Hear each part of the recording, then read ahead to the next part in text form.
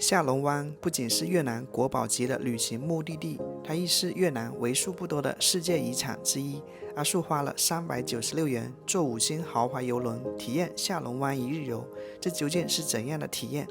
在下龙湾上集里，我们品尝了邮轮上的豪华自助餐，并登上了 TikTok 岛的山顶，俯瞰风光无限的下龙湾。而在下龙湾下集里，我们将继续探索 Luang Cave and Samsok Cave 这2个洞穴，是下龙湾1969座岛屿中最令人称奇的地方。如果你没有看过上集，推荐你先看上集，再看下集，以便领略下龙湾的全部精髓。大家好，我是阿树，欢迎收看《阿树闯越南》第17集。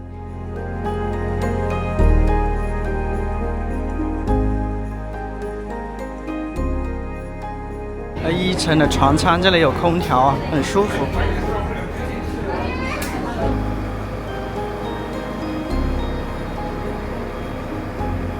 现在要去一个洞穴。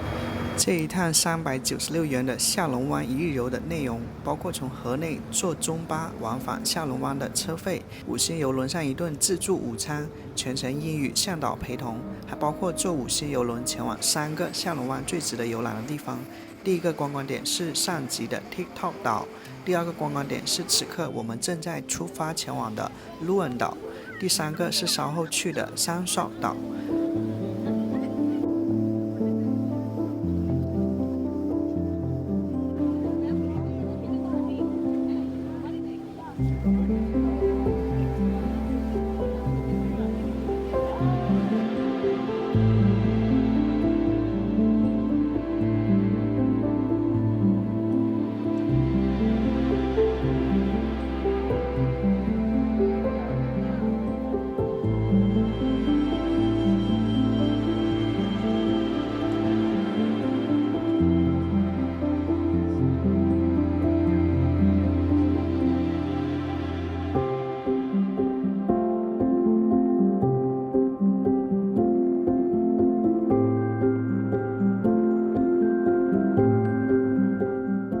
目前阿树的频道观众里，尚有81.9%的观众没有点击订阅。如果你觉得阿树拍的还不错，请帮忙点一下订阅，举手之劳将支持我拍更多的视频，感谢你。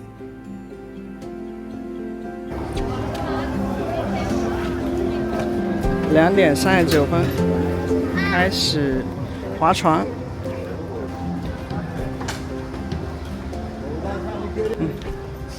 这个就是船票，有那种2个人的皮划艇，也有这种10来个人的，有船夫撑桨的一个小船啊。我就坐第2种，在这里每个人要穿上救生衣。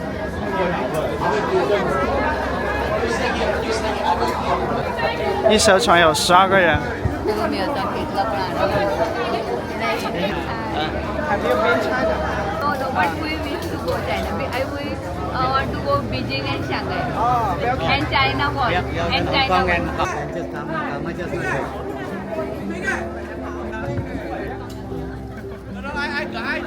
Rồi.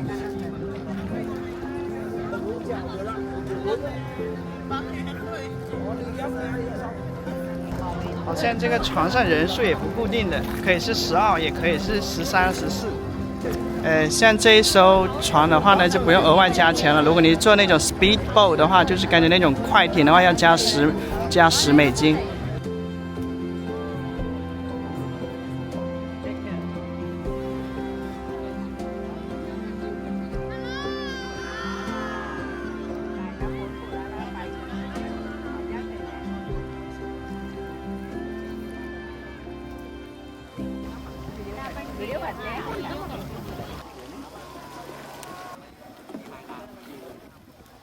哇，准备穿洞了！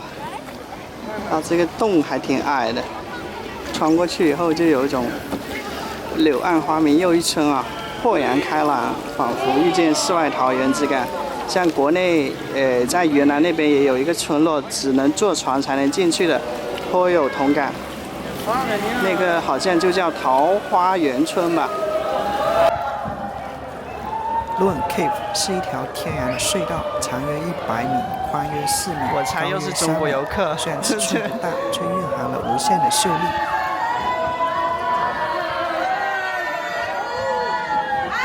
卢稳洞虽然不像下龙湾其他洞穴一样那么规模宏大，但它的形成过程也历经了数百万年，是由海风和海水的长期侵蚀所致。潮汐和水流的作用逐渐侵蚀石灰岩山脚，最终形成了我们刚才穿过的天然的隧道。至今，我们仍能在洞穴的岩壁上看到海洋存在过的痕迹，如牡蛎、螺类、螃蟹的化石等等。这些都是数百万年前生命的证据。过去这里曾是水下洞穴，海平面曾高于现在的水平。这里就像是多座山围出来的一个湖泊之感。洞穴通向一个面积约1平方公里的宁静湖泊，被高山环绕，远离海风海浪的侵蚀，湖面平静如镜。而当我从单滑的航拍看它真的就像一块被大自然珍藏的翡翠。湖泊四周是石灰岩山崖，山上绿树成荫，甚至还有古老的树木。水面倒映着四周的山峦，低头看水，就像看天空般清澈。白云、峭壁和绿植倒影交织成一幅生动自然的画卷。有时候运气好的话呢，还能看到栖息的猕猴。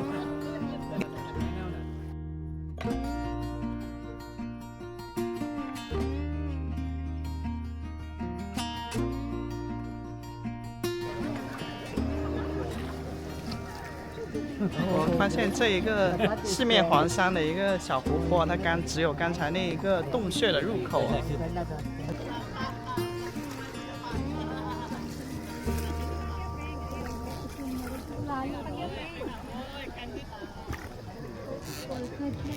这个地方真的是奇绝，它只有那一个小洞穴入口，其他地方都是严严实实的。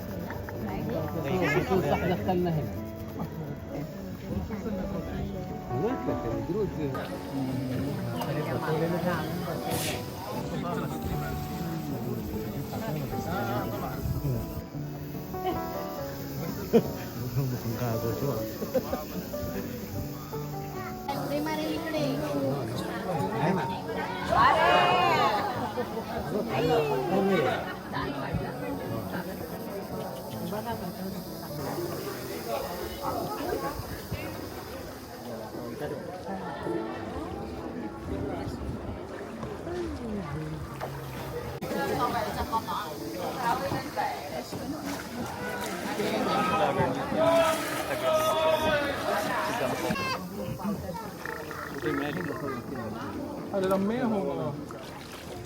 Wah. Ini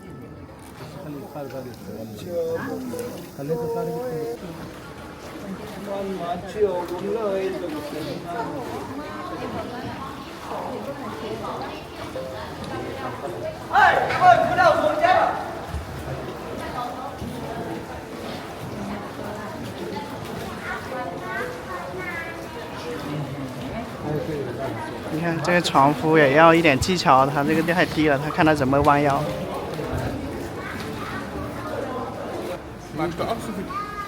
Salat ist der vielleicht auch, ja.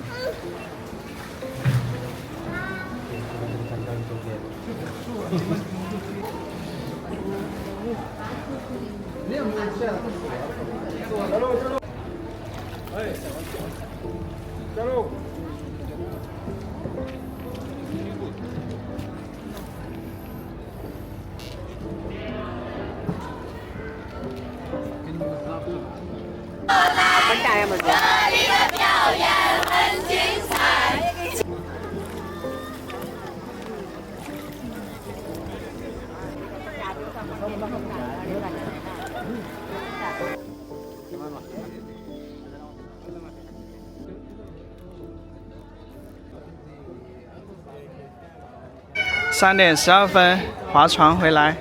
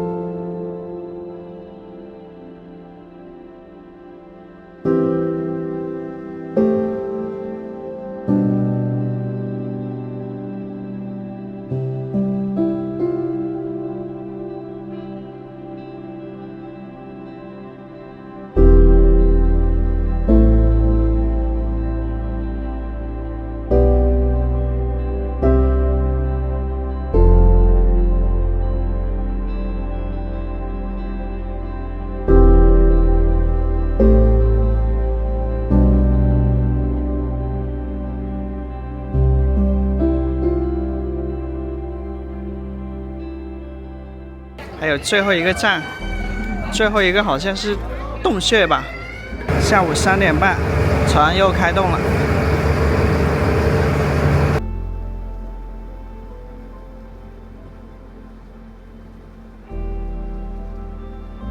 下龙湾所在的越南广宁省毗邻北部湾，金族是这里的主体民族，占总人口的绝大多数。而金族呢，是越南的主体民族，占全国人口的近87%。在下龙湾的金族世代捕捞、养殖、以海为生。我曾在中国防城港的金族博物馆了解过金族的历史，也在海滩上跟金族人攀谈过。因为在今天中国广西的金族三岛生活着既会汉语也会越南语的金族人，他们的祖先于数百年前因为追踪鱼群来到了今天中国防城港的金族三岛，并定居于此。后来因为清政府跟越南殖民者法国签署协议，交换领土，金族三岛划归中国，他们成了中国的金族人口，并被称为中国唯一的海上民族，人口约2万多人。如果你对金族文化感兴趣，推荐你看一下阿树的这集影片。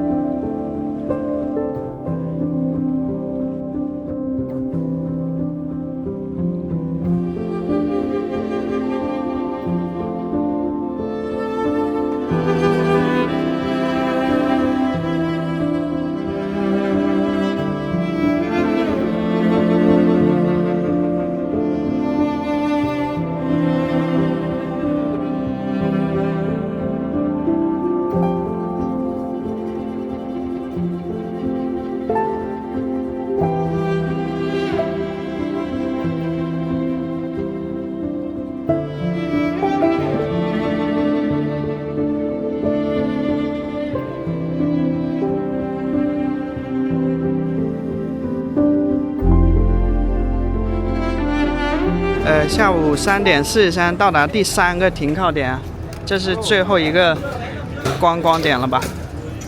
然后这次是这个洞穴探幽啊。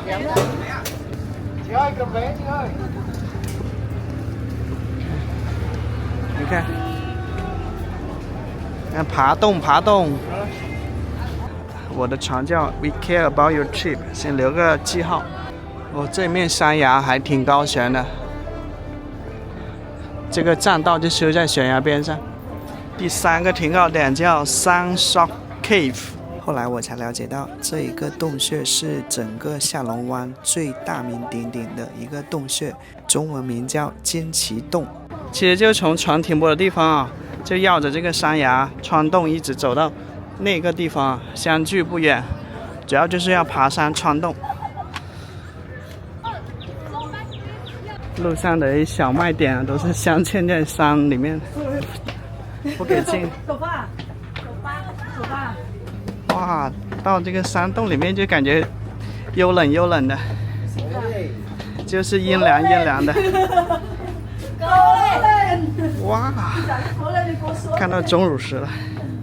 像越南的这些洞穴啊，不像国内那种装饰5颜6色的那个灯光，这里的话还相对的简朴好啊，不过分喧宾夺主啊。整的那些灯光的话就看不清看不真切，这一柱的这个都探到水面了。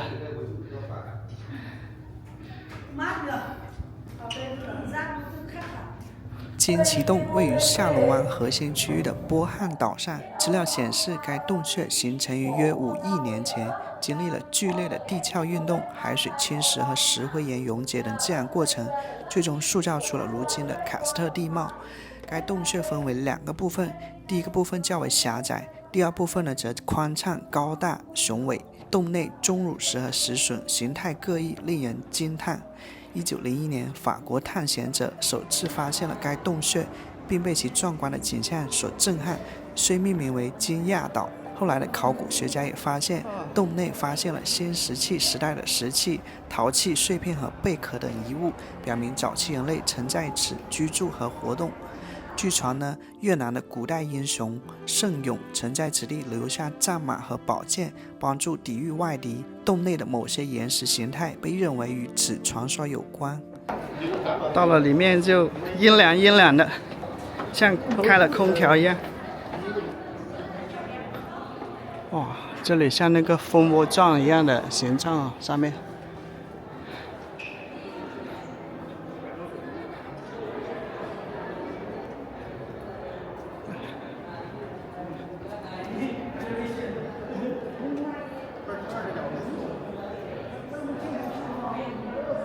你看这里的灯光都没有那种5颜6色的，都是只有比较简单的这个黄白色。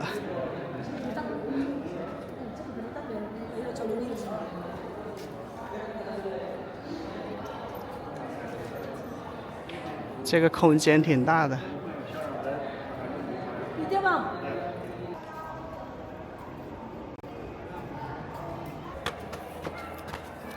像一个巨兽的牙齿的形状。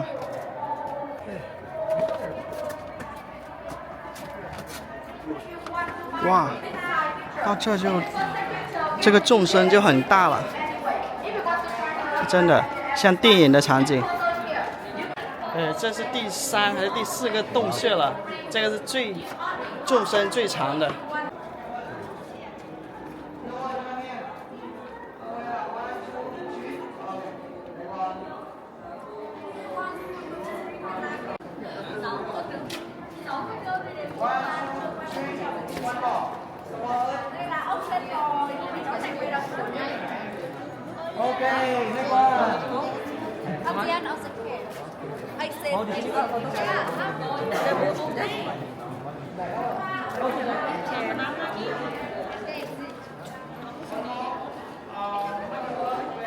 哇，这个是最震撼的，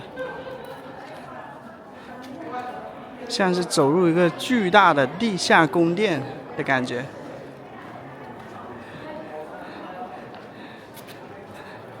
这里好像从电影里面那种很奇绝的洞穴搬运到现实中的感觉。好像也有电影在这取景过。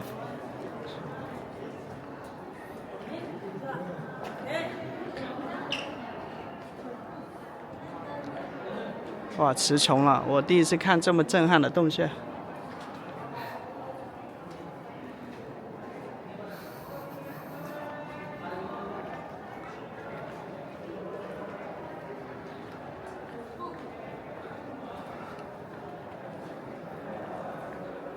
他在洞穴那里修了一个环形的栈道步梯。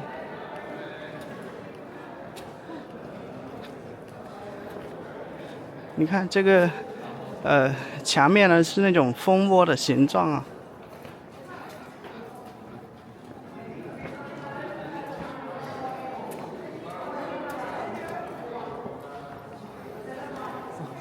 这真是奇峰异石的感觉，怪石嶙峋。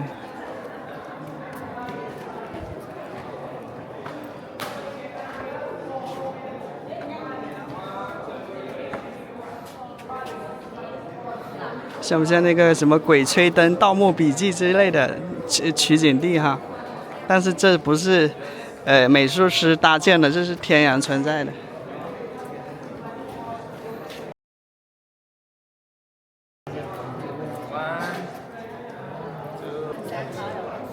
这里是最受欢迎的拍摄点，阶梯就是上上下下的。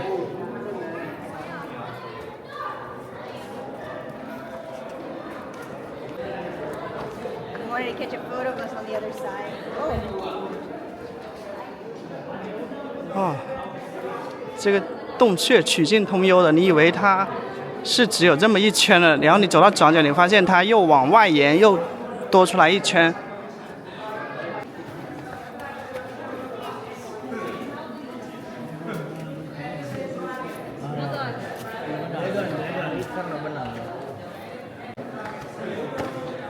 哦，这里是一个恐龙的化石吗？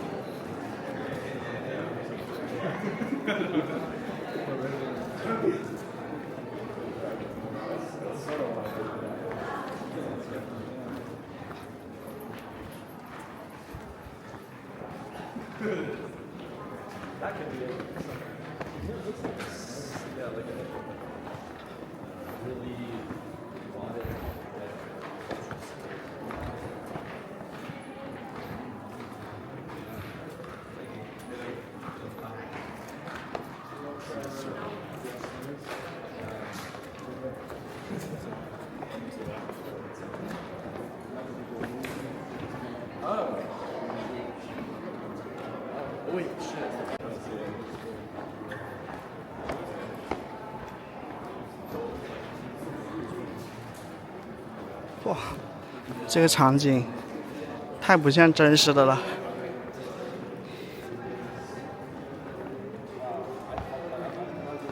它在海上呢，它不是在山里的洞穴，在海上长出这么一个，还是挺不可思议的。所以我发现越南年轻人好多做这个导游的，然后这边的国际游客又很多啊，所以锤炼了他们那种英语交流的能力啊。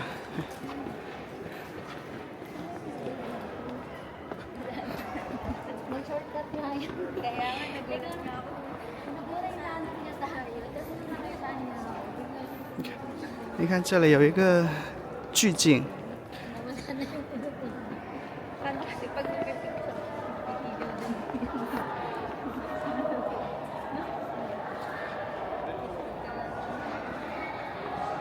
你看这些纹路啊，感觉画都凭想象力都画不出来。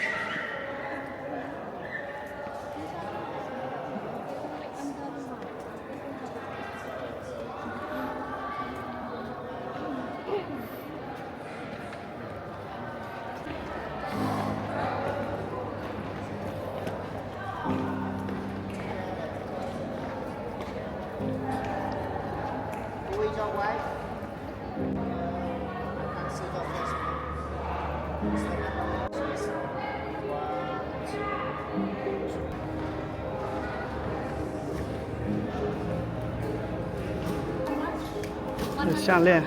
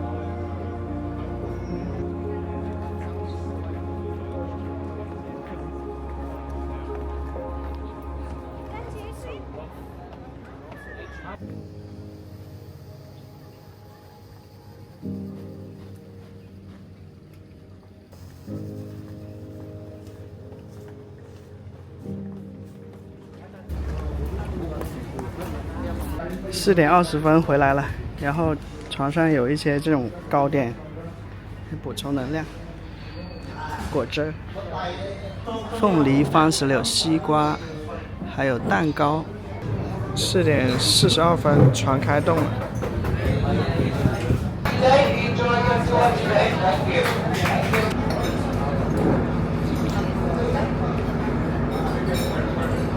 这个西瓜跟番石榴不甜，但这个凤梨特别甜。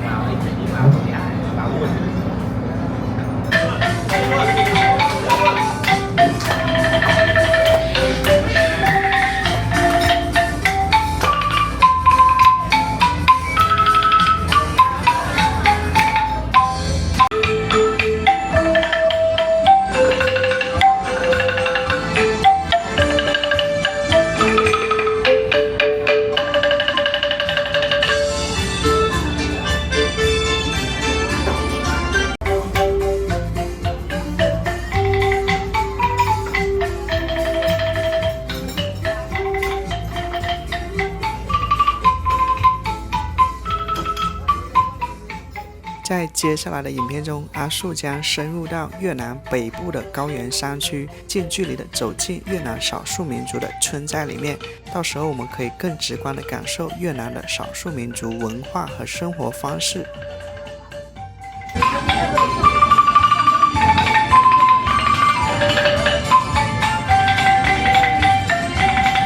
3, 2, 1 OK You're welcome 现在就开船回码头了，从码头就搭巴士回河内了。回到河内大概晚上8点半左右。一天的旅程将落幕啊，挺完美的一天。就是手被割伤了，我们到2楼看一下，这个是 Luxury Ballroom 酒吧房。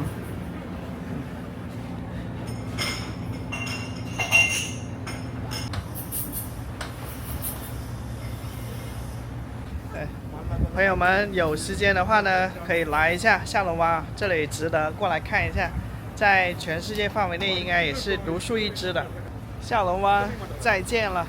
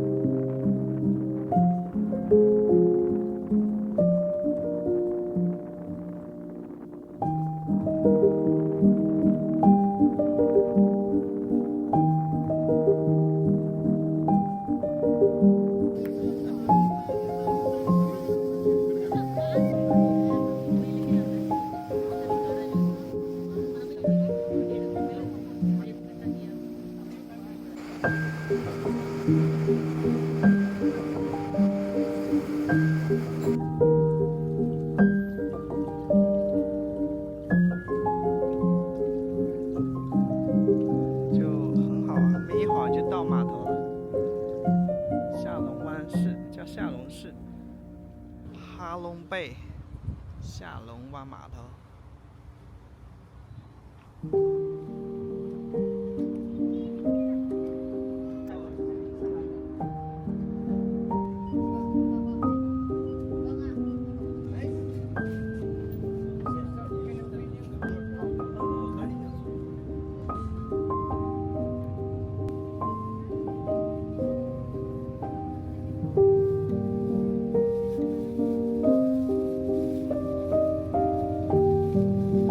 大概是5点55分吧，车开了。